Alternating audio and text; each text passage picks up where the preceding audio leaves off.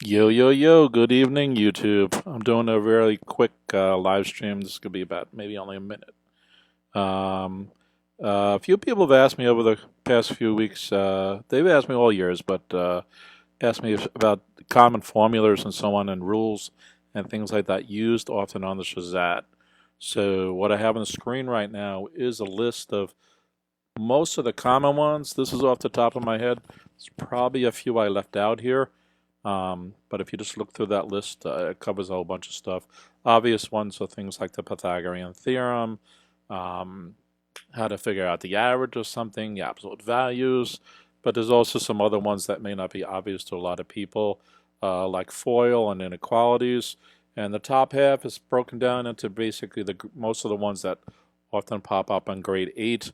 And the bottom half is most of the ones that often pop up on grade 9. As usual, the caveat is that the Department of Education does not release any such list.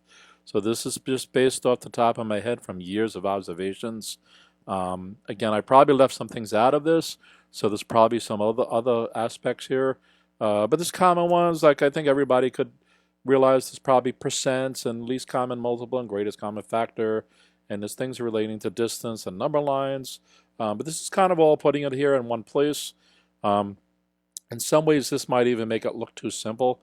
But as we all know, the SHSAT has various complexities, mapping word problems into some of these and stuff. Anyway, this is a quick snapshot of some of what those things are. All right, and that's really all I want to accomplish here. So speaking of snapshots, it may make sense to do a screen capture of what I have on the page here, or at least make a mental note or something that I had this here.